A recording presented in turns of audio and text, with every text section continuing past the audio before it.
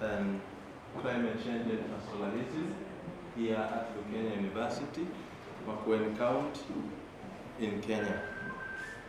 So I will be here reading before you the declaration that we made, and I will start to present by defining first the future of youth pastoralist in the face of climate change. As an outcome of the consultation on climate change and pastoralism, we, the young African pastoralists, gathered with the support and facilitation of the CGR, International Livestock Research Institute, Climate Smart Agriculture Youth Network, the GCSAYN, the precursor, and the IYRP, and we gathered from 27 up to date, September 2022, here at Lukenya University, Makueni County in Kenya, with the aim of sharing experience, knowledge, skills, to commit ourselves to seek joint solutions to the problem of climate change and pastoralism in Africa, and come with collective analysis of the current challenges and solutions present in our lands to face the climate change's negative impact and to create a common vision as African youth pastoralists. With our strong commitment and vibrant energy, we are dedicated to create a future vision of pastoralist youth. The youth will recognize the need for working together across the African continent and globally. We trust the immense collective power of the pastoralist youth to shape and create a resilient, sustainable pastoralist future and develop action against climate change. In this spirit, we set forth this declaration with our shared understanding and experience of the problem faced by pastoralists in addressing the negative impact of climate change. Through this, in Kenya, Ethiopia, and Tanzania participants collectively co-founded African Youth Pastoralist Network. The abbreviation is AYPN, a connected umbrella of youth pastoralists who are ambassadors in their respective country and the community. We live in an era where, first, climate change, the Lambert effect of climate change, deprive the youth of opportunities for engagement in the pastoralism. There are drought, flash floods, degradation, disease, pest population, and poor pastoral range management, as well as increase in invasive and alien species on large lands. But also we are living in the area with policy and governance. But we are experiencing poor governance and policy framework that lead to underrepresentation of pastoralist youth in decision-making processes. But also, most of government is policy, such as distorting, hindrance of the mobility in the pastoralist, tending to discourage and threaten pastoralism sustainability. The issue of technology and integration of indigenous knowledge gaps.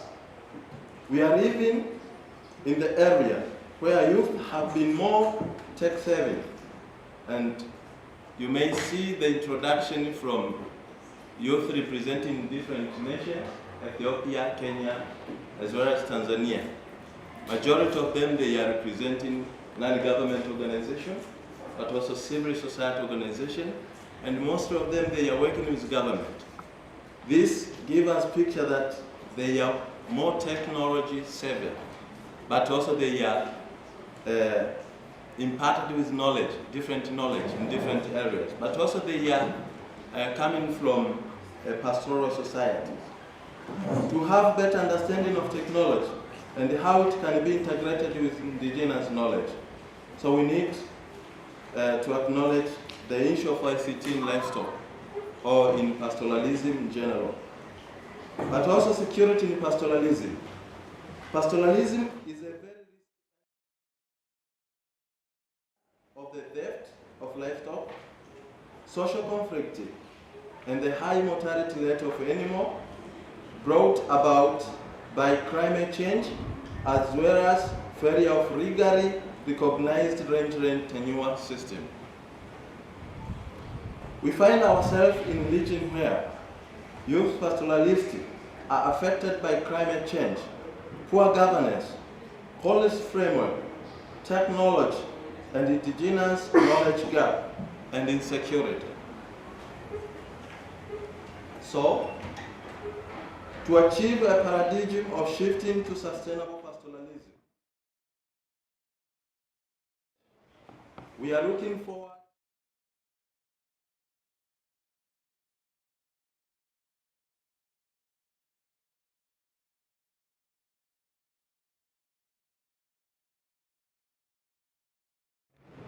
this year, November 7, 18th, 2022.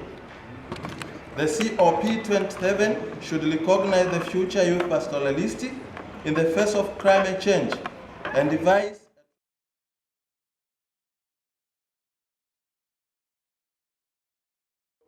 agreed upon at the COP27. Targeting to aid pastoralist youth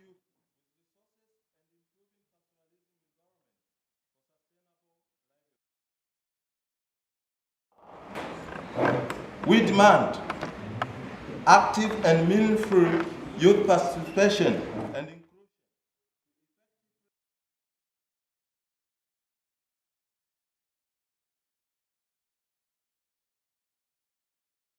forest system for the pastoral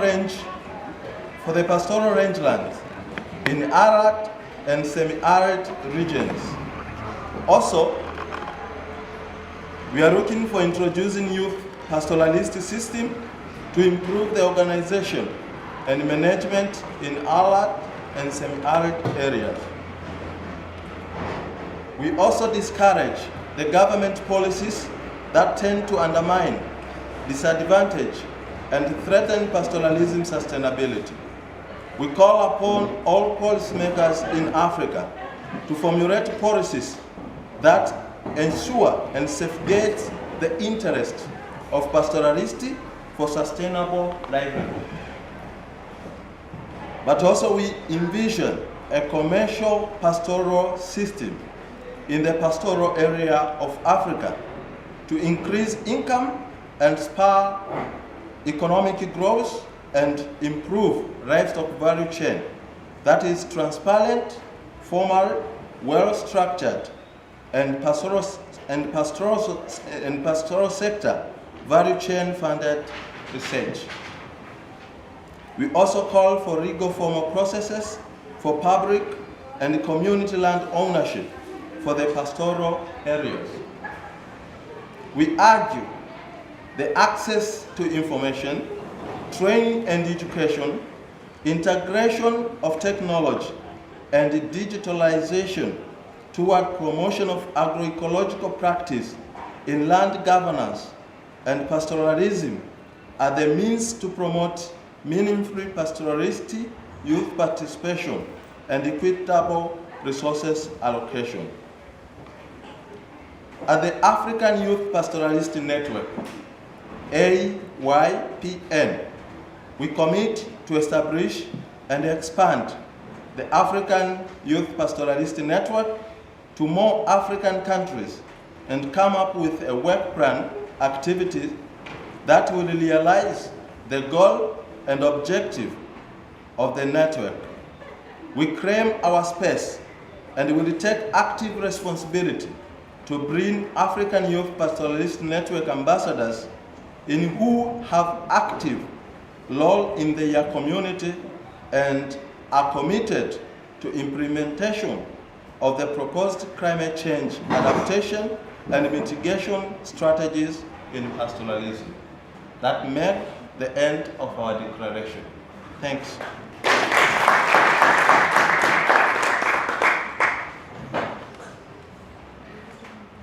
Thank you, members. Thank you for the presentation, and thank you, members, for listening to me. It's wonderful. He has brought out from the discussions that we've been holding here. The team was able to meet and bring out the key issues that have been mentioned through those discussions, and to make the declaration that we have read here together. Now, what we require of you now is to add, make any addition, make any contribution that you'd like to be captured. Maybe something you had really wished to be captured that has not been captured within that declaration. So it can be included to have that final declaration that we will move together with as a team. So the declaration is from us all, not from the team, but from us all. So let us all, whatever you want to add to the declaration, please, this is now the time for you to be able to do that. Then we'll move together with the declaration. This declaration is going to COP27 at Egypt. So it means it's a very serious thing. It's not ending here at Lukenya University. So that's why it's important that we ensure that we are all together in this. So I welcome, or I open the floor now for the inclusion of any further ideas that would like to be there. If you have anything, just put up your hand. Yes. Okay, just go ahead. I've not seen our friends capturing the concept of livestock insurance. That is an area that we need to invest in as young people by coming up with a vibrant insurance system that will cater for our livestock during a prolonged drought. Just a bit as he gives the input, so the team please capture that to be incorporated. Thank you. Go ahead with your points. I've said it. Okay. Someone else, please. You put up your hand and add whatever you have. Thank you very much. Let's just appreciate him for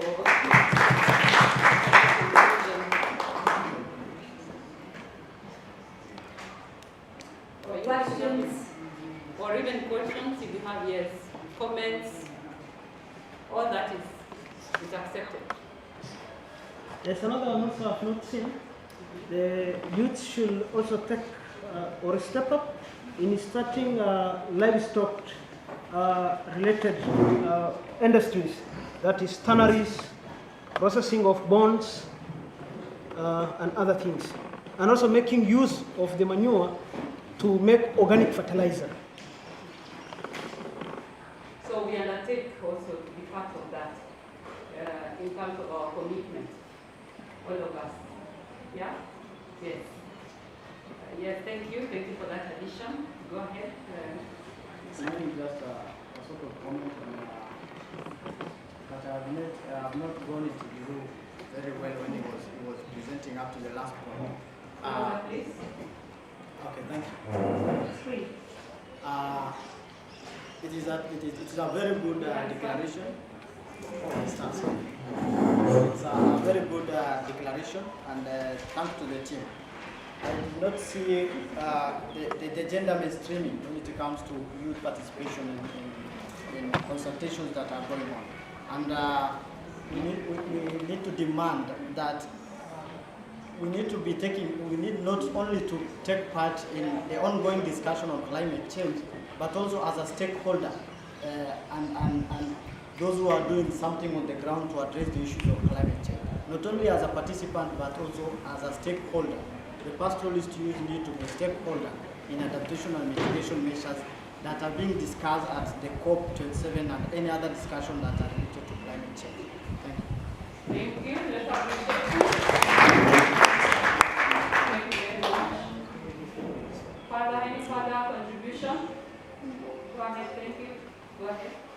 Okay, mine is about as we all know that there are some conflicts which are brought up by competition of insufficient resources or grass by this livestock which have been driven by pastoralists. You know, when we say pastoralists, we are talking about those who are keeping livestock.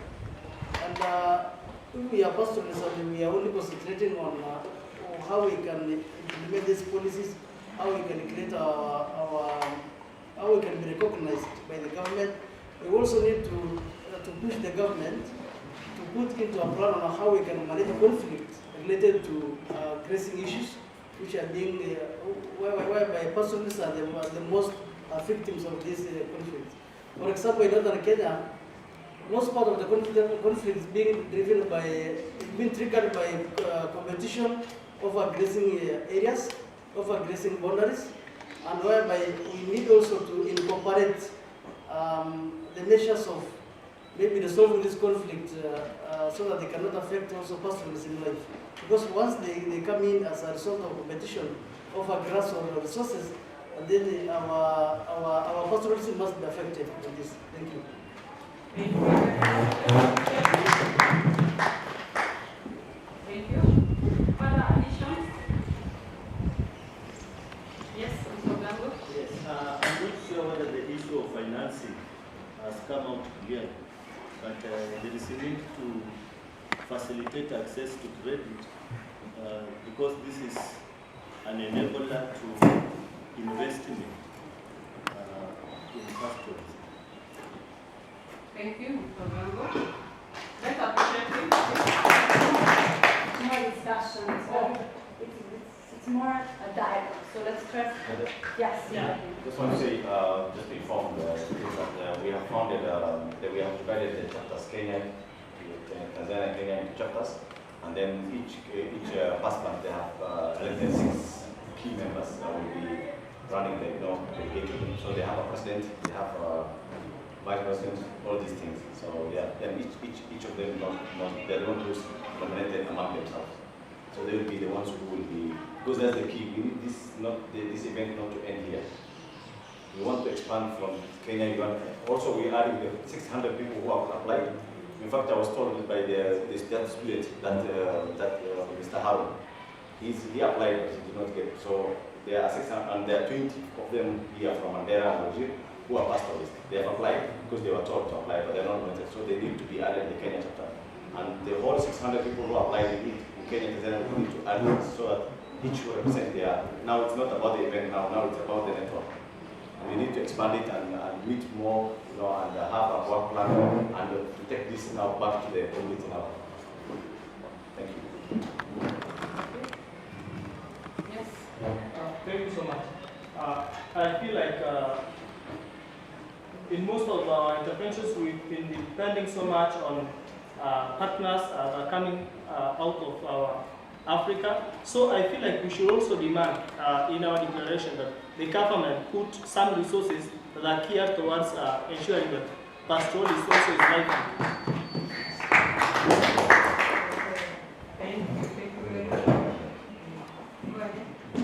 Also the issue about the land tenure system need to be addressed within our declaration, that there are a lot of land issues going on, and pastoralists are usually left behind when it comes to land issues. For example, 80% of Kenya is rangeland, and population is increasing. People are moving now to rangeland to do crops and everything. So we need to be clear when it comes to land tenure system and how all this land are being either registered. If it is being registered as a community land, our pastoralist communities need to know what's going on their land. The other thing is about the research. The issues of research that are based on pastoralism also need to come very clear that we need more research to be done on the issues of inbreeding and interbreeding and all those. Thank you. That was also emphasized in the one video of the land. Very key. And Tanzania also they mentioned the issue of occupying the land as a community. Now the management of that the community land. I think that Go ahead. Yeah, I just want to, if I'm not mistaken, I think maybe it was not put clear, but the two issues of research and the proper land tenure system has been emphasized. Maybe the team which was working on it should maybe put it clear and put some inputs, but I think they have addressed the two issues. Maybe the issue of breeding, I didn't see, but I think it can be on the research part.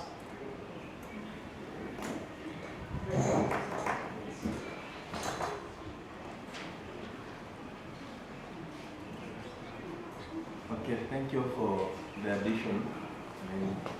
I really appreciate your contribution. But I want to make clarity on the two aspects. The first one on the issue of land tenure system. We found that we have different grazing land tenure system within these three countries. And we found it difficult to have means of solving this issue of land tenure system. But we proposed that we called upon the issue of, yes, this point, the issue of legal formal process for public and community land ownership for the pastoral areas. We understand that in Tanzania we have different land tenure system compared to Kenya, even compared to Ethiopia. So if we have legal formal process in any in any land tenure system that we have, we can rectify the challenge of land conflict, I am sure. But also we talked about the issue of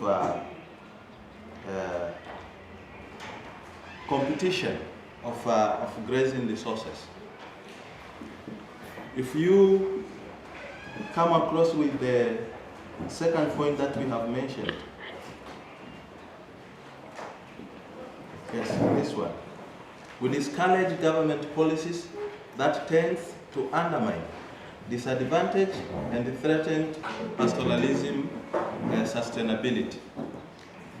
Maybe by experience, in Tanzania this problem have been always appear, So we are addressing this challenge by recommending the government to have a clear policy that will state the clear land plan and everything to solve this challenge of competition. I have one guy from Morogoro here, the one famous area with land conflict problems in Tanzania. So the good example, they created by laws at local government authority level. Then they found themselves that they rectified at least up to 80% this challenge of land conflict. So we call upon the issue of discouraging those government policies that tend to undermine and sometimes disadvantage and threaten pastoralism in our country, or pastoralists in our country. I think I have made it clear. But also the issue of research, we talked on the first point that we recommend active and meaningful youth participation and inclusion to effectively implement the proposed solution to address climate change.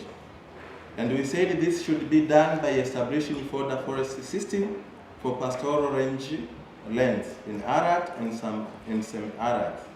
Also introducing youth pastoralist system to improve the organization and management in arid. Of course, we are going to improve this point so that the issue of research will be also addressed on this point. So I think for us, so that we can make it. The issues on the land, it's not clear here. It's talking about some legal process. Legal process, it can be either, Pastoral, the main problem with the rangeland system, it is that there is a grabbing of the rangeland, pastoralist land. If we are to use a very good example, it's the construction of the Lapset project. Thousands of rangeland have been scrapped off for that particular project. Another example is construction of Lake Turkana wind power project in Marsabit. Thousands of hectares were taken about. So we need to be very clear on this. Government should enact laws and policies that are meant to protect the rangeland from these multinational agencies who come and invest. There's a case here at Supreme Court of Kenya that they have taken one of the conservancy. I don't want to mention, there's a friend of mine from conservancy here. I don't want to push me to the hall. They have taken thousands of hectares. The case is at the Supreme Court. And they have also come up with another funny method of putting an electric fence on the community land. So we need to put it in a very right way. Yeah. Yes, just. Yes, I just want to emphasize on Robert's point. The chief should make it clear, and I want to give an example, and so far, Madam Fiona also, she knows what is happening in Tanzania. As we spoke, not all the area in Tanzania so far is having the challenges of sea, but still it does exist. There are the issue of the policy failure, but also there is a lack of that policy that can give the livestock keepers the right to own their land. Proper land use plan. And I think it is what we need to address, not only in Kenya, not only in Tanzania, but all across Africa. And that will ensure that our land is protected. If we as a village, at the village level, have, let's say we have an agreement together, that this place, from this point to this, is for rent, there should be a legal understanding from the government to what can I say, to identify and legally register such land so that it will be protected from ages to ages. It is only the community themselves who are supposed to change the use of that place. They should, as back in Tanzania, we have, as I told you later, we have the so-called customary right of occupancy certificate, or in Swahili we call it tunaita hati za kimila. It is a traditional certificate for ownership of the land, but it is provided in a low level of government. The problem is we might have, but because of the issue of policy, as we have said, we have heard what happened in Turkana, the government, the central government will come and say, no, this area is for conservancy. They know just because it is on the so-called local government, the certificate is given by the local government. As the central government, they came with their own planning. So I think it is the issue of, if the people have decided, they should be the last voice to decide on their land use plan. But also it should be legally recognized, and from the low level to the top level, by registering even to the ministry. Let's say if it is the Ministry of Land that is responsible, it should recognize that land, and it is the only way that that land will be protected. If we have, as you say, if we have a legal means but does not clarify well what is happening, because we know, maybe my people from the ministry understand well. In Tanzania, you might find these two different governments are working in two different countries. The local government might have their own plan, but the central government will come with the different plans. And I think that is a very big problem in most of the areas. I think if we can imitate what is happening in some part of Tanzania and legalize it, even in Kenya where everyone has their own, because you have divided the cake, everyone has run with a piece of the cake. I think that will be the solution for protecting the rangeland from any other activities that want to replace it. And the problem with the policymakers or the politicians, they only find an excuse. And the very big excuse that now they have is the rangeland has been degraded. They want, let's say, they're putting their power plant. Are they not cutting trees? Just for, in Tanzania we have some where they have cut trees. When you find the opportunity cost, the expense that we have and the benefit we have from the alternative that is being put there, it is totally rubbish. I can say that. So I think you should put it clear to state that we should have a proper system, first of all, to identify, to register and recognize legally those places so that it can be protected not only for today, but in all areas. And it should be also very simple and can be imitated in other places.